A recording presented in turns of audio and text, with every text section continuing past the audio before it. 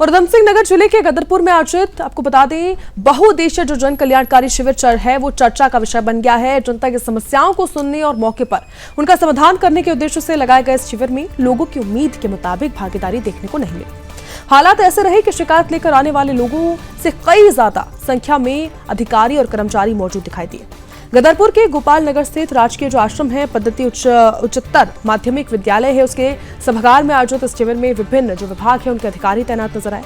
प्रशासन ने लोगों की समस्याएं सुनने और साथ ही उनका त्वरित समाधान करने के लिए व्यापक तैयारियां भी की थी। लेकिन पूरे कार्यक्रम के दौरान पर जो फरियादी हैं उनकी कुर्सियां लगभग खाली नजर आई। जानकारी के अनुसार पूरे शिविर में केवल 3 लोग हैं उन्हें ही अपनी समस्याओं से संबंधित जो शिकायती पत्र हैं वो प्रशासन को सौंपे।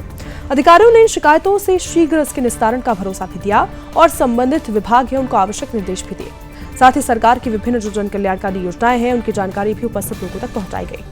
हालांकि इतनी कम संख्या में शिकायतों का आना कई सवाल भी खड़े कर रहा है। देखिए, सवाल ये भी उठ रहा है कि क्या आम जनता तक शिविर की जानकारी प्रभावी ढंग से नहीं पहुंचाई गई?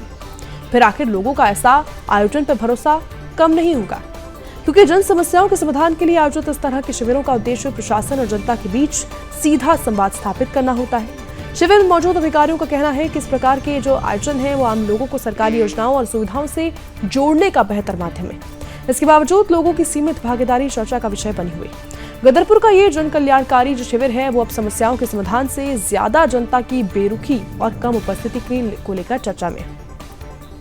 ऐसे में आने वाले समय में प्रशासन के सामने सबसे बड़ी चुनौती लोगों को विश्वास बढ़ाने और उनकी सक्रिय भागीदारी सुनिश्चित करने की होगी, ताकि ऐसे शिविर अपने वास्तविक उद्देश्य को पूरा कर सके।